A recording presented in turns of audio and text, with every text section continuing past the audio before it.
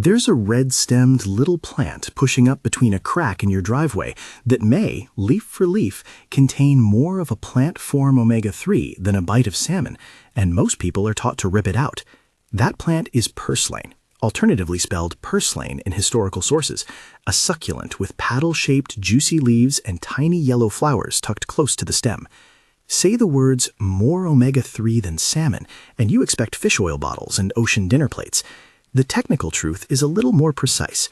Purslane is exceptionally rich in ALA, alpha-linolenic acid, so that measured on a fresh weight basis, Simopoulos 1992 reported about 300 to 400 milligrams ALA per 100 grams of fresh leaves. It stands out among vegetables. We'll explain what that means, why it matters, and why this hardy weed has been feeding people across continents for millennia. Imagine kneeling on a sidewalk to pull a stubborn green from a crack. The stem snaps juicy and cold, the leaves taste faintly lemony. That same plant, in far-flung kitchens and fields, has gone by many names: kulfa in parts of India, verdologas in Mexico, glista in some Mediterranean dialects, and shows up in archaeological jars and old cookbooks alike. If you love nature's surprises like this, hit subscribe. There's more of this lost knowledge treasure to explore. Purslane's human story is long. Archaeologists have recovered seeds and plant remains in sites from the eastern Mediterranean to the Americas, indicating people have eaten it for thousands of years. Roman and medieval texts mention it as a common pot herb. In parts of Mexico and the American Southwest, it appears in pre-Columbian agricultural records and survives in local cuisines today. Across Asia, Africa, and Europe, villagers prized it for its resilience and its subtle, lemony flavor. That continuity matters. Purslane is not a recent novelty. It's a plant that has persisted with humans through droughts, migrations, and shifting diets, precisely the kind of species worth looking at when we think about food security. Nutrition is where purslane starts to surprise modern eaters. Ansel Keys' epidemiological work, most famously the 7-country study, helped push omega-3s into the conversation about diet and heart health. That field of inquiry showed populations with different dietary fats tended to have different health outcomes, and researchers began to ask where people were getting beneficial omega-3s in traditional diets. Dr. Artemis Simopoulos' analysis in 1992 focused on the vegetable side of that ledger and found something striking. Purslane leaves measured unusually high in ALA, on the order of 300 to 400 milligrams per 100 grams fresh leaves. For a leafy green, those are large numbers. A key point is to differentiate ALA from EPA and DHA.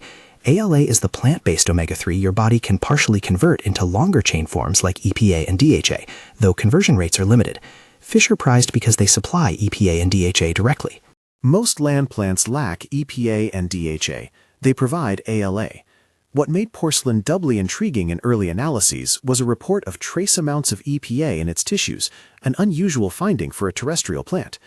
That initial report provoked scrutiny. Could the EPA be contamination from marine sources during sample handling? Scientists raised questions, and subsequent work examined methodology and repeated measurements to understand whether the traces were real. The cautious summary: porcelain is primarily an ALA source, with any EPA present at very low trace levels, and the ALA figures remain the headline claim: plant-side omega-3 density that's simply rare among common greens. If you want a headline you can use at the dinner table, per 100-gram fresh leaves, porcelain often shows 300 to 400 milligrams ALA, making it the richest common vegetable source of that specific omega-3 measured on a fresh weight basis. Saying per leaf works as a catchy hook for viewers, because a single tender porcelain leaf can contain a surprisingly concentrated amount of ALA relative to the tiny size of the leaf. But it's important to remember we're comparing different forms of omega-3s and different foods. Seafood remains the most direct source of EPA and DHA. The interesting takeaway is how much ALA is packed into a plant that grows for free in many yards. In 2022, researchers at Yale, led by Dr. Erica Edwards, added another layer to porcelain's story, one that speaks to its ecological talent. Plants generally use one of a few photosynthetic strategies, C3, C4, and CAM, that reflect how they open and close pores, move carbon, and manage water. C3 is the common default in temperate plants. C4 is an adaptation that boosts efficiency under high heat and light. CAM helps plants conserve water by shifting gas exchange to nighttime. Yale's team reported that porcelain can activate both C4 and CAM processes within the same cells at different times, a biological hybrid the researchers described as unprecedented. An easy analogy is a car that can run on gasoline and electric power, switching modes depending on conditions to maximize efficiency. For a plant, that flexibility means porcelain can be efficient with water during drought and aggressive with growth when conditions permit. It's a feature that helps explain why porcelain tolerates heat and dryness that would wilt many other greens. Those physiological traits tie directly into the plant's resilience and reproductive strategy. Porcelain uses far less water than major row crops. Some measurements suggest it can thrive on about 1/5 the water corn needs, making it exceptionally water use efficient. It tolerates salty soils that deter many crops, roots easily from stem fragments, and produces prodigious numbers of seeds. A single plant can set tens of thousands, even hundreds of thousands of tiny seeds that remain viable in the soil for decades under the right conditions. Combine that seed bank with vegetative propagation, and you have a species that rebounds quickly after disturbance. For communities facing warmer, drier climates, plants with these traits become not only curious side dishes, but potential partners in maintaining nutritional options on the landscape. If porcelain is so useful, why has it remained a garden and driveway weed rather than a supermarket staple? The answer mixes cultural preference, commercial logistics, and market control. In industrial agriculture, many crops succeed because they can be standardized, mechanized, and, importantly for some business models, controlled through intellectual property. Wild, self-sowing plants like porcelain resist those modes.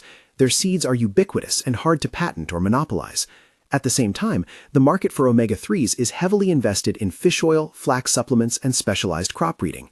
Corporations that sell herbicides or seed treatments, names like Bayer, Syngenta, and Corteva appear in discussions about broad-scale weed management, operate under models that favor uniform fields over diverse, self-regenerating plants. That doesn't mean a cabal suppressed porcelain deliberately. It means economic incentives and existing supply chains favored other directions, while cultural norms, tidy lawns, aesthetic preferences, trained many to view it as a nuisance rather than food. There's also a knowledge gap. Culinary and ethnobotanical traditions preserved porcelain in some places and not others. Where multiple generations carried recipes and preservation techniques, pickling, drying, stewing, porcelain remained on the plate. Where those ties were disrupted by urbanization or by aesthetic pressures to grow emerald lawns, porcelain receded. The story is as much about cultural amnesia as it is about chemistry. For anyone who wants to start noticing and using porcelain, here's a practical guide that keeps safety in focus. Identification is straightforward if you know the key traits. Succulent, glossy, paddle-shaped leaves often clustered at the stem tips. Smooth, often reddish stems that are juicy when broken. Tiny yellow flowers that open close to the leaf axils, and a prostrate spreading habit. Young plants, within the first 6 weeks, are the tenderest and best for salads because the leaves are soft and not yet fibrous. If you break a stem and it beads with moisture, that's a good sign you found porcelain. Harvest with care. Only collect plants you can positively identify, and avoid those growing where pesticides or herbicides may have been used, or near heavy roads and industrial runoff. Do not harvest from protected land or private property without permission. If you're uncertain, consult local foraging groups, extension agents, or a nearby naturalist. Safety is central. Lookalikes exist, and some plants can be harmful if misidentified or taken from contaminated sites. Culinary uses are delightfully simple. Raw porcelain adds a crisp, slightly lemony, succulent note to salads. Toss it with olive oil, lemon, and salt. Sauté it briefly like spinach. The leaves wilt quickly and pair well with garlic and chili flakes. You can blend it into smoothies for a green boost, pickle stems and leaves for a tangy condiment, or dry and crumble it into soups. Because it's high in mucilage, porcelain can also be used to thicken stews a little, the way some traditional recipes take advantage of its texture. For seed saving, allow some plants to go to seed late in the season. Collect the dry seed heads into a bag and store seeds in a cool, dry place. Seeds are tiny but long-lived if kept dry. A few practical cautions about nutrition. Porcelain is a complement, not a cure. Its ALA content is noteworthy, and for people seeking plant-based omega-3s, it's one of the best common choices. But ALA conversion to EPA and DHA in the human body is limited. Porcelain should be part of a varied diet rather than a sole strategy to reach specific clinical omega-3 targets. As noted earlier, any reports of EPA in porcelain are small and were treated with scientific caution. The robust finding is the high ALA content per fresh weight. Thinking about food systems and resilience, porcelain invites a different question. What are we willing to let grow? In many places, small patches of wild edibles could supplement diets, especially during short-term shortages or heat waves that stress conventional crops.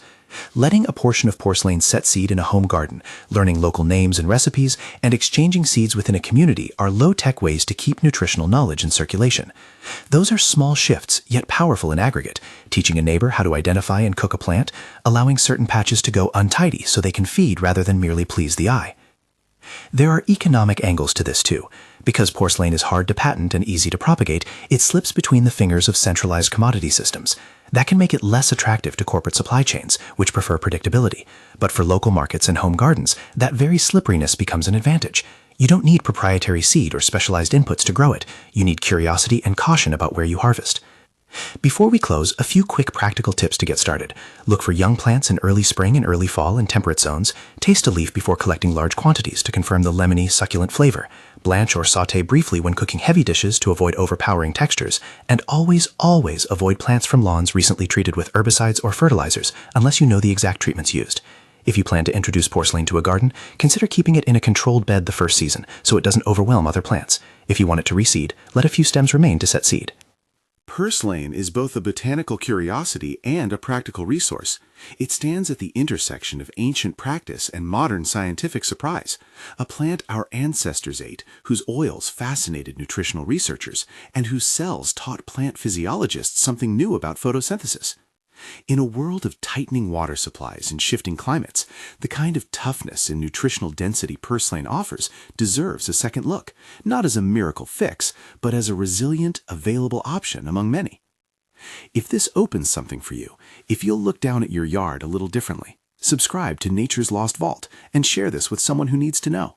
Then, the next time you see that little red-stemmed succulent pushing through pavement, bend down, examine a leaf, and ask whether the food underfoot might be a clue to surviving and thriving on less.